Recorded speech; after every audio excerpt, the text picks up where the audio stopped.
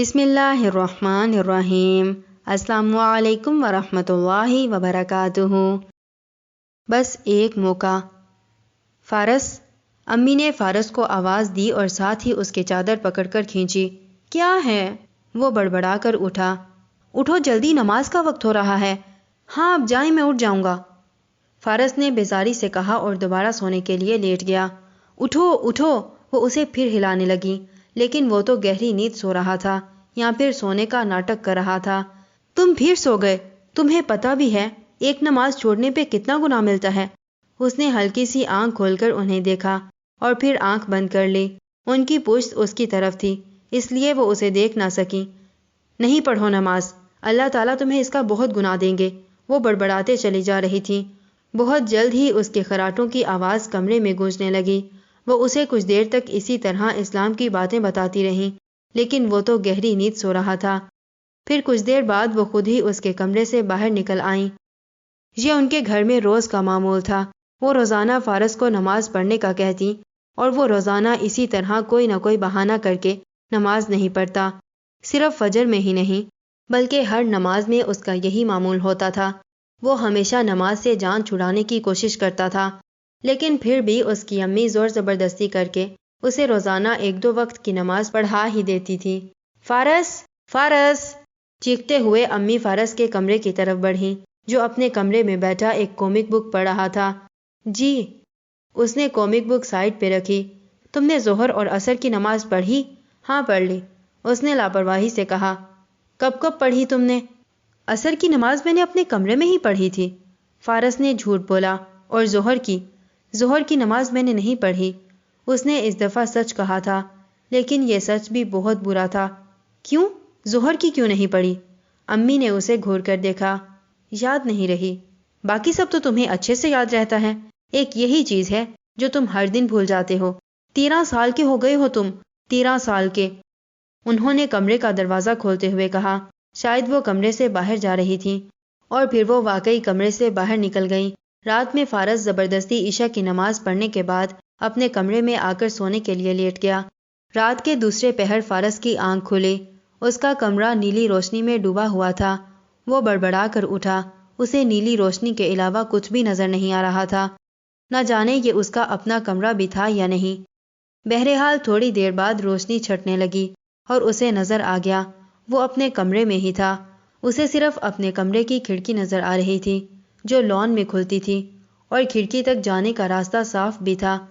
وہ جلدی سے اٹھا اور کھڑکی کی طرف جانے لگا۔ اس نے جلدی جلدی کھڑکی کے پٹ کھولے، لیکن یہ کیا، کھڑکی سے ٹھنڈی نہیں بلکہ گرم ہوا آ رہی تھی۔ یہ تو سردیوں کا موسم تھا، پھر یہ گرم ہوا کیوں؟ وہ حیرت زدہ سا باہر نکل آیا۔ ایک اور حیران کن منظر اس کے سامنے تھا۔ اس کے گھر کا لان غائب تھا، بلکہ اس کی جگہ وہاں ایک ویران سا پہاڑی علاقہ تھا۔ چاروں طرف پہاڑ ہی پہاڑ تھے۔ اس نے پیچھے مڑ کر دیکھا، اس کا گھر پیچھے نہیں تھا، وہاں بھی پہاڑ ہی پہاڑ تھے۔ اس کے گھر کا کوئی نام و نشان نہیں تھا۔ بہرحال وہ پھر پہاڑوں کی طرف متوجہ ہوا۔ انہی پہاڑوں میں سے ایک پہاڑ کے ایک غار میں سے روشنی کی ایک کرن پھوٹ رہی تھی۔ اس نے اس غار کی طرف قدم بڑھا دیے، اس کے سوا اس کے پاس کوئی چارہ نہیں تھا۔ وہ جیسے ہی غار میں داخل ہوا، وہ روشنی بھی غائب ہو گئی۔ وہ اس انتظار میں تھا کہ شاید پھر کوئی اور روشنی ہو۔ وہ کافی دیر تک کھڑا رہا، لیکن کسی بھی قسم کی روشنی نہ ہوئی۔ اس نے ایسے ہی آگے قدم بڑھا دیے۔ اندھیرے میں چلنا کافی مشکل تھا، پھر بھی اسے مجبوراً چلنا پڑا۔ تقریباً 15 منٹ تک چلتے رہنے کے بعد زمین اس کے پاؤں کے نیچے سے غائب ہو گئی، گویا غار ختم ہو گیا تھا۔ وہ نیچے کی طرف گرتا ہی چلا جا رہا تھا۔ کافی دیر بعد وہ کسی سخت چیز پہ گرا۔ وہ شاید زمین ہی تھی، لیکن اتنی اونچائی سے گرنے کے باوجود بھی اس کے جسم پہ ایک خراش تک نہیں آئی تھی۔ وہ حیرت زدہ سا اٹھا اور آگے بڑھا۔ کیا دیکھتا ہے کہ ایک جگہ ہے، بہت سے لوگ کھڑے ہیں۔ وہ ان لوگوں کے پاس گیا، پھر ہر ایک سے پوچھ رہا تھا، کیا بات ہے، یہاں اتنا رش کیوں ہے؟ کیا کر رہے ہیں سب؟ یہاں پر کوئی تماشا ہوگا؟ وہ ہر ایک سے سوال کرتا آگے بڑھتا جا رہا تھا۔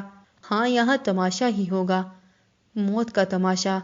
اس کے اس طرح پوچھنے پر ایک آدمی نے روتے ہوئے کہا، آپ رو کیوں رہے ہیں؟ فارس نے ان سے پوچھا، لیکن انہوں نے اس کی بات کا کوئی جواب نہیں دیا۔ کوئی بھی کسی سے بھی بات نہیں کر رہا تھا، سب ایک ہی لمحے میں پتھر کے بت بن گئے تھے، ایسے بت کہ جن کی آنکھوں سے لگاتار آنسو بہہ رہے تھے۔ ان آنکھوں میں بے انتہا پچھتاوا تھا، بے انتہا۔ وہ سب بہت شرمندہ تھے، ہر ایک کے چہرے پہ اداسی کی ایک لہر تیر رہی تھی۔ فارس حیرت زدہ سا یہ سب دیکھ رہا تھا۔ اب اس کے ذہن میں کوئی سوال نہیں ابھر رہا تھا، وہ بس خاموشی سے ان سب کو دیکھ رہا تھا۔ دور کہیں سے کسی ڈنکے کی آواز سنائی دے رہی تھی۔ سب لوگ اس طرف چل پڑے جہاں سے وہ آواز آ رہی تھی۔ وہاں ایک دیو ہیکل آدمی ہاتھ میں لوہے کی ایک سلگتی سلاخ لیے کھڑا تھا، جو اس نے ابھی ابھی پاس بہتے آگ کے دریا سے نکالی تھی۔ پھر اس نے مجمع میں سے ایک شخص کی طرف اشارہ کر کے اسے اپنی طرف بلایا۔ وہ ڈرتا کانپتا اس دیو ہیکل آدمی کی طرف بڑھا۔ وہ بہت آہستہ آہستہ آ رہا تھا۔ مجمع میں سے کچھ لوگ آگے بڑھے اور اسے دھکا دیا۔ وہ دیو ہیکل کے قدموں میں جا کر گرا۔ اس نے اسے کندھے سے پکڑ کر اٹھایا اور لوہے کی وہ گرم سلاخ اس کی کمر میں داغ دی۔ وہ پاگلوں کی طرح چیختا رہا، چلاتا رہا، لیکن کسی نے بھی اس کی آواز نہ سنی۔ بھرے مجمع میں سے کوئی بھی اسے بچانے کے لیے آگے نہ بڑھا۔ یہ اس کے ساتھ ایسا کیوں کر رہا ہے؟ آخرکار فارس نے سوال کیا۔ یہ آدمی کبھی بھی نمازیں نہیں پڑھتا، اسے اس بات کی سزا مل رہی ہے۔ اس آدمی نے فارس کو بتایا تو اس کے رونگٹے کھڑے ہو گئے۔ پھر اس آدمی نے مزید کہنا شروع کیا، یہ آدمی کیا، یہاں جتنے بھی لوگ موجود ہیں سبھی نمازیں نہیں پڑھتے، اور ہمیں اسی بات کی سزا مل رہی ہے۔ یہ دیونما انسان روزانہ آتا ہے اور لوہے کی ان گرم سلاخوں سے ہمارے جسموں کو داغتا ہے۔ نماز کی اتنی اہمیت ہے؟ فارس نے سوال کیا۔ ہاں بہت۔ یہ کون سی جگہ ہے؟ دوزخ ہے کیا؟ فارس نے ایک اور سوال کیا۔ نہیں، یہ دوزخ نہیں، یہ تو دنیا ہی کی ایک پوشیدہ جگہ ہے، جہاں دنیا کے تمام بے نمازی مسلمانوں کو ان کی نماز چھوڑنے کی سزا دی جاتی ہے۔ کیا یہ لوگ مجھے بھی سزا دیں گے؟ ہاں، اگر تم نماز نہیں پڑھتے تو تمہیں بھی۔ فارس نے اس آدمی کی بات پوری بھی نہ ہونے دی، اس سے پہلے ہی وہ بھاگ کھڑا ہوا۔ وہ اندھا دھند بھاگا چلا جا رہا تھا۔ وہ اس مجمع سے دور جانا چاہتا تھا۔ وہ پاگلوں کی طرح بھاگتا چلا جا رہا تھا۔ بھاگتے بھاگتے اس کے پاؤں کے نیچے کوئی پتھر آیا تھا۔ وہ اوندھے منہ گرا اور گرتا ہی چلا گیا، جیسا کہ وہ غار سے باہر نکلتے وقت گرا تھا۔ بہت جلد اس کی آنکھوں کے سامنے اندھیرا چھا گیا۔ وہ کافی دیر تک اسی حالت میں رہا۔ جب اس کی آنکھ کھلی تو وہ اپنے کمرے میں تھا، اپنے بیڈ پہ تھا۔ یا اللہ، یہ خواب تھا! اس نے اپنے بال نوچے۔ اتنا بھیانک خواب! نماز نہ پڑھنے کی اتنی بڑی سزا، صرف دنیا میں ہی اتنی بڑی سزا، آخرت میں اس کی کتنی بڑی سزا ملے گی؟ کتنا بھیانک انجام ہوگا! ہمارا کیا حال کریں گے وہ دیونما انسان؟ یا اللہ، مجھے معاف کر دے، معاف کر دے مجھے۔ میں سخت گناہگار ہوں، بہت گناہگار ہوں، لیکن رب، تو تو بہت رحیم ہے، تو تو اپنے بندوں کو معاف کر دیتا ہے، مجھے بھی معاف کر دے۔ مولا، میں آج سے 5 وقت کی نماز پڑھوں گا، صرف نماز ہی نہیں بلکہ قرآن بھی پڑھوں گا، تمام اچھے کام کروں گا، برائی کے تمام کاموں سے دور رہوں گا۔ بس مجھے ایک موقع دے دے میرے مولا، صرف ایک موقع۔